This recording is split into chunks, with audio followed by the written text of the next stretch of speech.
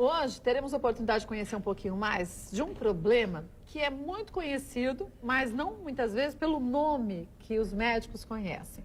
E aí que é importante a gente lembrar o quanto que muitas vezes esse nosso espaço é uma oportunidade muito boa da gente compreender um pouco mais alguns assuntos médicos e até a gente aprender alguns termos médicos para quando a gente chegar a uma situação similar, a gente saber que não é nada do outro mundo. Por exemplo, hoje vamos falar de plagiocefalia posicional. Aí você fala, mas o que é plagiocefalia posicional? Nada mais é do que uma cabeça com uma deformidade, uma assimetria. E o doutor Gerd Schrenk está com a gente, seja muito bem-vindo. Obrigado, Kátia. E olha, esse é um problema até relativamente comum, né? Fácil de ser visto, mas que acho que poucas pessoas conhecem por esse nome, né? O nome é desconhecido realmente, mas o problema não é raro.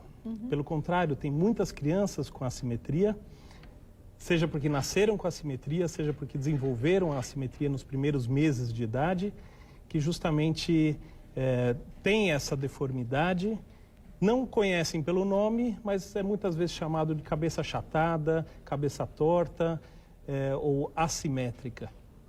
E em que momento da vida do bebê que isso pode acontecer? Ela pode nascer com a assimetria.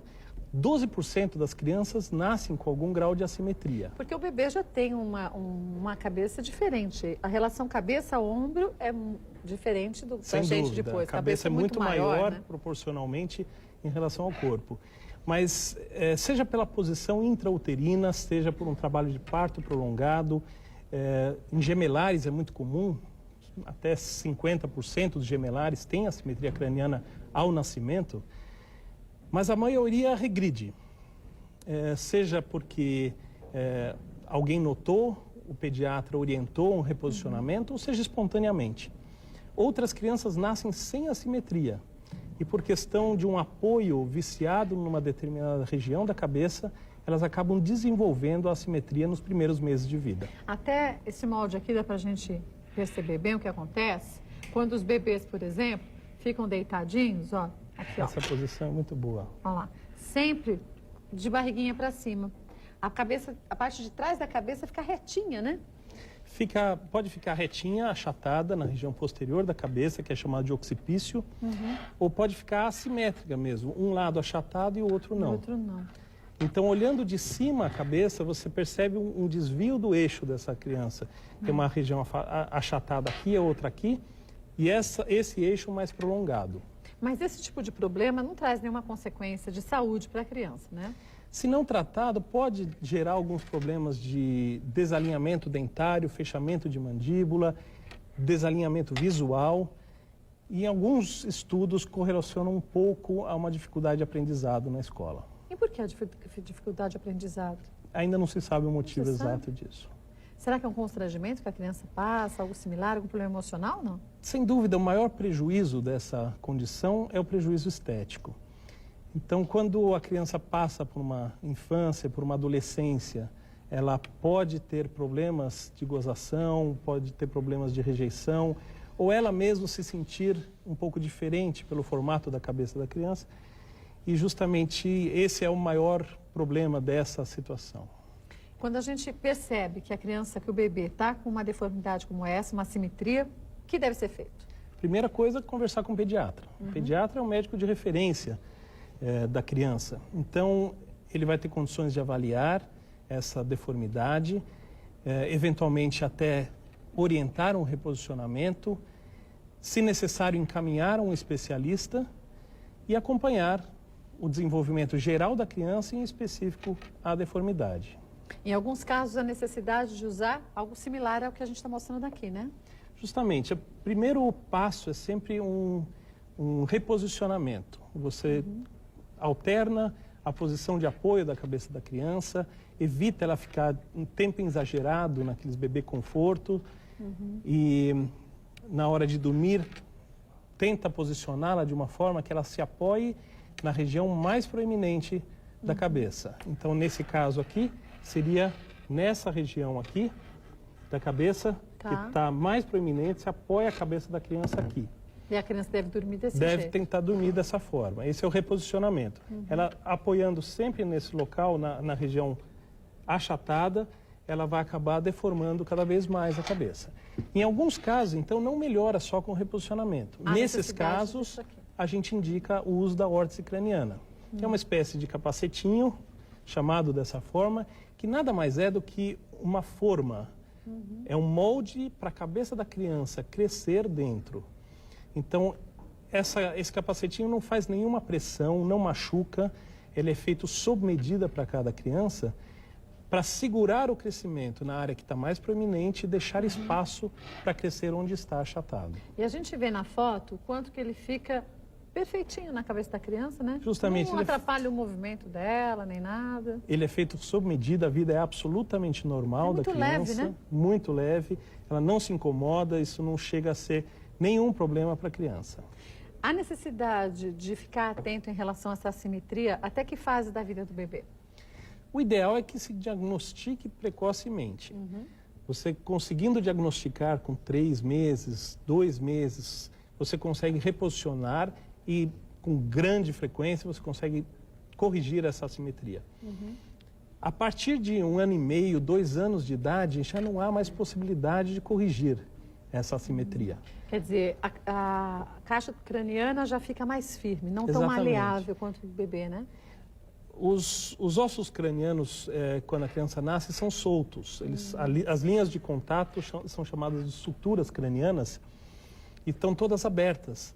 E o crescimento da cabeça da criança é muito rápido nos primeiros 2 anos de vida. É nessa fase que você consegue agir. Tem até algumas culturas antigas, incas, alguns índios norte-americanos, que faziam isso, uma questão cultural, de moldar o crescimento das crianças. Justamente nessa fase é possível fazer isso. A gente tem algumas fotos que a gente está mostrando, até para você em casa entender visualmente um pouco melhor e perceber o quanto que muitas vezes isso acontece com os filhos da gente, mas a gente nem sabe o porquê, que a gente já ouvia os nossos avós falarem. Então, para isso não acontecer, vai virando sempre a criança cada hora de um ladinho. Exato. Só que neste bebezinho, parece que até o pescoço já foi modificado, né, doutor? Justamente, essa criança tem o torcicolo congênito. É a condição mais frequentemente associada à plagiocefalia posicional. Ah, é? Por quê? O torcicolo faz com que a criança tenha uma preferência muito grande a virar a cabeça sempre para o mesmo lado. Então, ela tem um torcicolo, ela vira sempre para o lado direito, ela vai apoiar a região posterior direita da cabeça, porque ela vai... Hoje em dia se recomenda que as crianças durmam de barriga para cima, né, para evitar a morte súbita do recém-nascido. É uma recomendação válida, deve ser seguida. Mas, por outro lado, há com isso um exagero de apoio na região posterior da cabeça. Agora, no caso desse bebê, eu não sabia que bebês tinham torcicolo. Pode nascer com torcicolo. É O chamado mesmo? torcicolo congênito é encurtamento desse músculo, que chama esternocleidomastoideu. É um encurtamento, seja pelo trabalho de parto, no momento do parto ele pode ter um hematoma, ele pode ter uma contratura dessa musculatura, até pela posição intrauterina também. Mas aí que tipo de tratamento é feito naquele caso? O torcicolo congênito sempre merece atenção. Ele deve ser trabalhado com fisioterapia, uma fisioterapia específica para corrigir esse encurtamento do músculo e quase sempre resolve. São raríssimos os casos em que há necessidade de uma intervenção cirúrgica para corrigir esse encurtamento. Essa foto, em que momento é? É um Essa exame? foto é um escaneamento a laser tridimensional que a gente faz na clínica, em que a gente consegue 2 coisas muito interessantes. Primeiro, tirar medidas e índices que tornam numéricas as condições que a gente está vendo no exame clínico. O diagnóstico das assimetrias cranianas é clínico. Você diagnostica examinando a criança. O scanner a laser é um laser tridimensional, seguro para a criança. Você consegue transformar isso em números. Isso é bom para comparação com outras crianças, com a população em geral e dela com ela mesma. Então, Evolução do tratamento. Exato. Né? Você faz isso antes do tratamento, coloca a órtese, ao final do tratamento você repete o escaneamento, sobrepõe as imagens, então você tem uma ideia exata de como evoluiu essa criança durante o tratamento. Normalmente, a evolução no tratamento é muito rápida, já que a criança acaba tendo nessa fase uma adaptação muito melhor? O tratamento é bastante curto, geralmente de 3 a 4 meses muito pouquinho. é a duração do tratamento. Olha E lá. com isso a gente consegue gerar um crescimento no local desejado e segurar o crescimento onde não é desejado. Como a gente vê nessa foto, né? Essa Olha a foto, essa mudança. criança tem uma região posterior bem achatada e rapidamente ela cresceu, ficou bem redondinho atrás, é bem Olha, interessante. Ficou perfeito. Quer dizer, se essa criança não tivesse tido a atenção dos seus pais, muito provavelmente ninguém perceberia nada de diferente. A criança normalmente tem a cabecinha torta mesmo, ele passaria dos 2 anos e aí tentariam buscar uma ajuda, mas aí já não teria mais solução. Sem dúvida. A partir de 1 ano e meio, 2 anos, não há mais uma alternativa. Existem alternativas cirúrgicas em casos muito graves. Muito extremos, né? Muito extremos, mas que é uma cirurgia bastante agressiva para corrigir algo que tem maior prejuízo estético. A gente está vendo a mesma criança, só que agora vista de cima, e dá para a gente ver o quanto que a cabeça dela era completamente assimétrica, né? Exato. Região posterior bastante achatada. E as laterais também, né? Também. Puxa. As assimetrias cranianas são 3 principais. A plagiocefalia, que nós estamos conversando hoje, a braquicefalia, um achatamento só da região posterior, e a escafocefalia, que é aquele crânio bem alongado. Ele é um crânio estreito e alongado. Mas aí também a partir do mesmo tratamento, se consegue? Igual. Mesma forma? Algumas doenças podem trazer uma assimetria também Podem. no crânio ou na cabeça, né? É importante diferenciar a plagiocefalia posicional da cranioestenose. É uma outra situação em que há um fechamento precoce daquelas suturas que eu mencionei. Então, isso é uma outra patologia, há um fechamento precoce da sutura, o tratamento é cirúrgico, com neurocirurgião, então é outra condição. Com frequência, nós recebemos na clínica crianças que nos procuram para usar a órtese, nós diagnosticamos a cranioestenose e encaminhamos ao neurocirurgião. Quer dizer, são 2 problemas distintos que visualmente podem parecer o mesmo, mas não são. Exatamente. É preciso a avaliação do especialista. Algumas outras doenças também podem trazer, não digo uma deformidade, mas um aumento da caixa craniana, como a hidrocefalia e outras, né? Exato. A diferenciação clínica dessas doenças é muito simples. Um exame clínico, você consegue diferenciar facilmente essas condições. É importante que você que tenha filhos pequenos fique sempre atento a isso.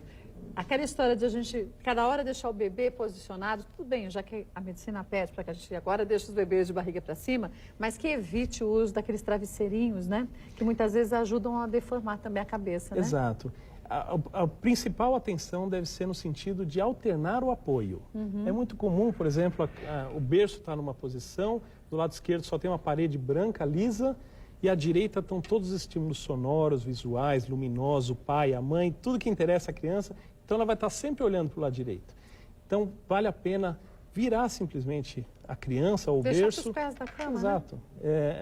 São coisas simples, no momento de trocar a fralda, vai alternando o lado né? da criança. Então são movimentos simples que a gente ensina até para os pais, assim como a fisioterapia, que evitam o aparecimento da assimetria craniana ou, no caso de já haver assimetria, muitas vezes só o reposicionamento já melhora. A gente tem alguns desenhos, até para visualizar fica muito bom. Vou pedir para os meninos colocarem. Olha, agora no desenho dá para a gente ver muito bem. Isso. Do lado esquerdo tem um crânio normal e a plagiocefalia, então, é representada no desenho à direita, em que há um achatamento da região posterior direita da cabeça dessa criança. Vamos ver a próxima foto? Olha, também. Na plagiocefalia não há muito achatamento não fica tão reto na região posterior. Isso é muito mais pronunciado na braquicefalia. Que como a foto do bebê que a gente viu, exatamente. Que aí sente uma inclinação muito maior, Exatamente. Né? Fica bem achatado, reto, parecendo uma torre na região posterior da cabeça. Por isso que se não for tratada, pode trazer problemas sérios na mandíbula, ATM, Exato. na fala, na alimentação. Pode porque essa assimetria a gente viu no desenho anterior, uma assimetria bem pronunciada da região posterior da cabeça, mas ela pode também ser na região anterior. E nas assimetrias anteriores é que acontecem esses problemas de fechamento de mandíbula. Olha, nesse caso a gente tem também uma plagiocefalia, mas na parte superior, né? É esse aspecto que você percebe olhando de frente à criança. Quer dizer, não tem só um achatamento na parte posterior, mas também na superior, né? A cabeça é torta. É torta mesmo. Vamos ver a próxima. Ah, esse é aquele que você disse, né, doutor? Geralmente há um desalinhamento das orelhas. Essa imagem representa, está um pouco alongada a imagem aí, mas representa os dedos colocados no orifício de entrada do ouvido e olhando de cima. Então você percebe que do lado direito a orelha está um pouco anteriorizada em relação à esquerda, justamente do lado onde há o achatamento. É ainda muito frequente o aparecimento da plagiocefalia nos dias de hoje, não? Na verdade, é mais frequente. Desde 92, em que houve essa recomendação que iniciou na Academia Americana de Pediatria, de colocar as crianças para dormir de barriga para cima, a incidência aumentou muito. Né? Então, existem vários trabalhos que fizeram esse estudo, comparando a incidência há alguns anos e a incidência hoje em dia. E justamente a incidência aumentou muito. Porque antigamente a gente colocava o bebê de lado, mas depois de um tempo ele já se virava. Exato. E isso fazia com que, com a movimentação, a gente não tivesse a plagiocefalia com tanta frequência. Hoje em dia, isso não acontece mais, né? Exato. E há uma outra questão que, muitas vezes, as crianças ficam na mão de cuidadores, babás, creches, que não têm a condição de dar tanta atenção para a criança e acabam deixando ela ali o tempo todo, ou no bebê conforto, ou deitadinha no berço o tempo todo. E a gente estimula muito aos pais colocar a criança, quando acordada e sob supervisão, colocá-la de barriga para baixo, brincar com ela de barriga para baixo, para evitar o apoio na região posterior da cabeça. Isso até dizem os pediatras, estimula a criança até para fortalecer, né? Tanto a musculatura do tronco, quanto a região posterior do pescoço.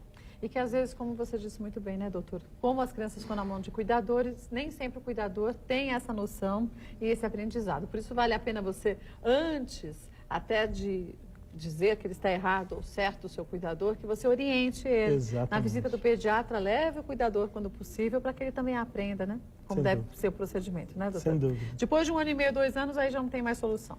Não há mais solução. A gente recebe, como eu falei, muitos contatos de pessoas querendo tratar, mas já não há mais possibilidade de tratar com a órtese.